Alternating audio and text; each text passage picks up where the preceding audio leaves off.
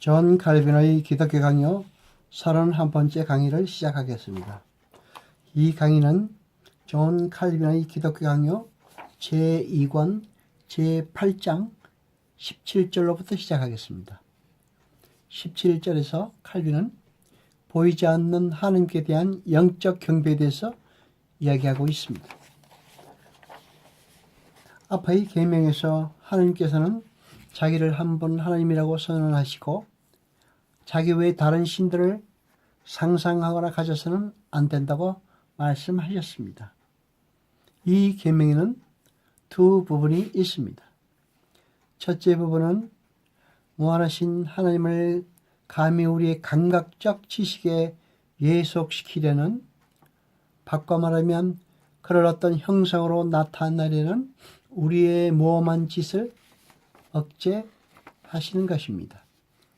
둘째 부분은 종교의 이름으로 어떤 형상을 경배하는 것을 일체 금하십니다.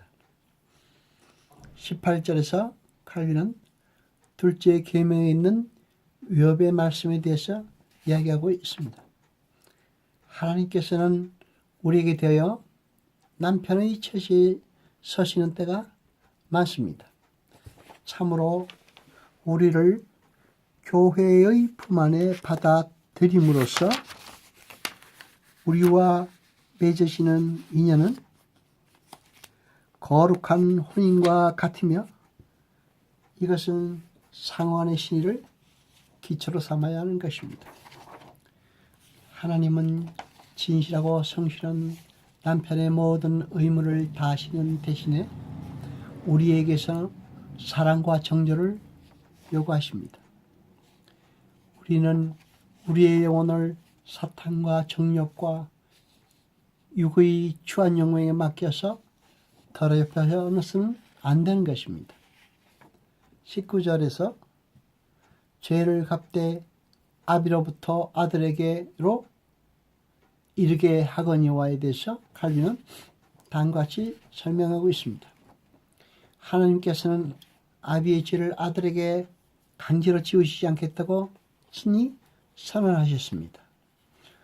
그러나 조부의 죄가 후대까지 미친다는 이 문장은 자주 반복되고 있습니다. 모세도 여호와여 아비의 악을 자여선 3세대까지 봉하시는 여호와여 라고 말했고, 에레미야도 주는 은혜를 천만인에게 베푸시며 아비의 죄악을 그 후 자손의 품에 갚으시오니 라고 말을 했습니다.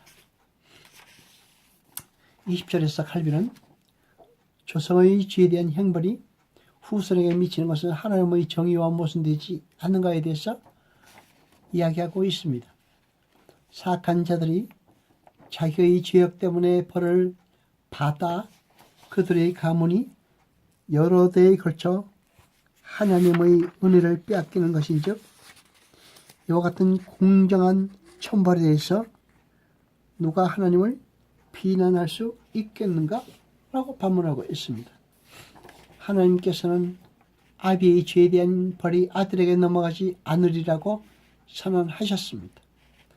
오랫동안 여러 가지 불행을 겪은 이스라엘은 아비가 신포도를 먹었으므로 아들의 이가 시다라는 속담을 중요시하기 시작했습니다. 그들이 그렇게 생각한 그들의 뜻은 자기들은 의롭건만 조상들의 죄 때문에 애매한 벌을 받아야 하며 하나님의 진노는 용서가 없고 은혜의 병에도 없다는 것입니다. 그러나 예언자들은 그렇지 않다고 그들에게 언명합니다. 그들은 그들 자신의 범법 때문에 벌을 받는 것이라고 말합니다. 의로운 아들이 악한 아비의 벌을 받는 것이 하나님의 정의와 법되지는 않습니다. 주께서 악인들의 가문에서 자기의 은총과 진리의 광명과 그 밖의 수단들을 제거하실 때에 여기서 논의되는 벌이 실현되는 것입니다. 원인은 다른 사람의 죄가 아니라 그들 자신의 사악인 것입니다. 21절에서 칼빈은 천대까지 은혜를 베푸시느니라에 대해서 말하고 있습니다. 반면에 하나님의 자비를 천대까지 베푸시겠다는 약속이 있습니다. 이 말씀은 성경에 자주 나오며 신명기 5장 10절에서도 볼 수 있습니다. 엄숙한 언약에도 삽입되어 있습니다. 솔로몬은 의인이 죽은 후에 그 후손에게 복이 있느니라라고 말을 했습니다. 하나님의 은총이 경건자의 가문들을 영원히 떨어지지 않으시리라고 하신 언약에서 이 축복은 약속이 된 것입니다. 이 계명의 해석을 22절에서 칼빈은 다음같이 이야기하고 있습니다. 출애굽기 20장 7절을 보면 너는 너희 하나님 여호와 이름을 망령되이 일컫지 말라라고 되어 있습니다. 하나님께서 자기의 이름의 숭엄성을 우리가 거룩하게 받들기를 원하신다는 것입니다. 그러므로 우리는 하나님의 이름에 대해서 멸시하거나 불경한 태도로 임해서는 안 된다는 것입니다. 불경한 태도를 가짐으로써 모독해서는 안 된다는 뜻입니다. 이 금지는 당연히 하나님의 이름을 공경하며 경건하게 경외하도록 열상과 주의를 다하라는 명령이 따르는 것입니다. 우리는 그의 신비들에 대해 생각하거나 말할 때 항상 경외하며 조심하도록 사고와 발언의 자세를 가져야 하는 것입니다. 23절에서 칼빈은 맹세는 하나님께 대한 고백이라고 이야기하고 있습니다. 맹세란 우리가 하는 말이 진실하다는 것을 확인하기 위해서 하나님을 증인으로 부르는 것이 맹세입니다. 주께서는 다른 신들로 맹세하는 자들에 대해서 심히 노하시며 이런 맹세를 노골적으로 반역으로 해석하고 계십니다. 레위기 5장 7절을 봅니다.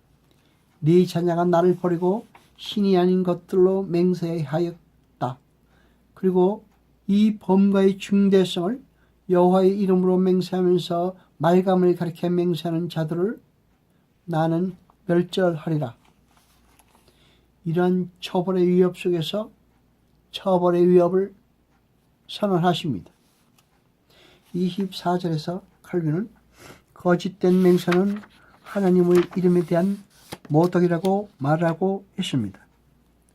우리의 맹세에는 주의 이름에 대한 경배가 포함되기를 주께서 원하신다는 것을 우리는 알고 있습니다. 따라서 맹세에 경배가 아닌 거만이나 경멸이나 멸시가 포함되지 않도록 우리는 더욱 조심해야 하는 것입니다. 하나님의 이름으로 거짓된 맹세를 하는 것은 사소한 모욕이 아닙니다. 율법에는 이것을 하나님의 이름을 욕되게 하는 것이라고 말하고 있습니다. 25절에서 칼빈은 불필요한 맹세에 대해서 이야기하고 있습니다. 진실을 할지라도 필요하지 않는 맹세에 하나님의 이름을 쓰면 하나님의 이름은 저속한 것이 된다고 말하고 있습니다. 사람들은 한담에서 하나님의 이름을 보통으로 닥치는 대로 쓰므로 욕되게 하고 있다고 말하고 있습니다. 이 중대한 타락 행위가 오랫동안 계속되어도 벌을 받지 않았기 때문에 사람은 담대하게 되며 또 습성이 되어서 이것을 악한 일이라고 생각지 않고 있습니다. 그러나 주의 계명은 변할 수 없으며 경건을 확고부동하여 언젠가는 효력을 나타낼 것입니다. 하나님의 이름을 헛되이 부르는 자들에게는 특수한 천벌이 선포되었습니다. 여호와 아버지 하나님 거룩하시니여 세세토록 영광과 찬송 받으소서. 말씀을 제때 깨닫게 하시며 우리로 진리를 알게 하소서.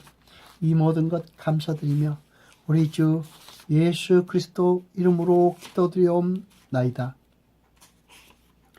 아멘.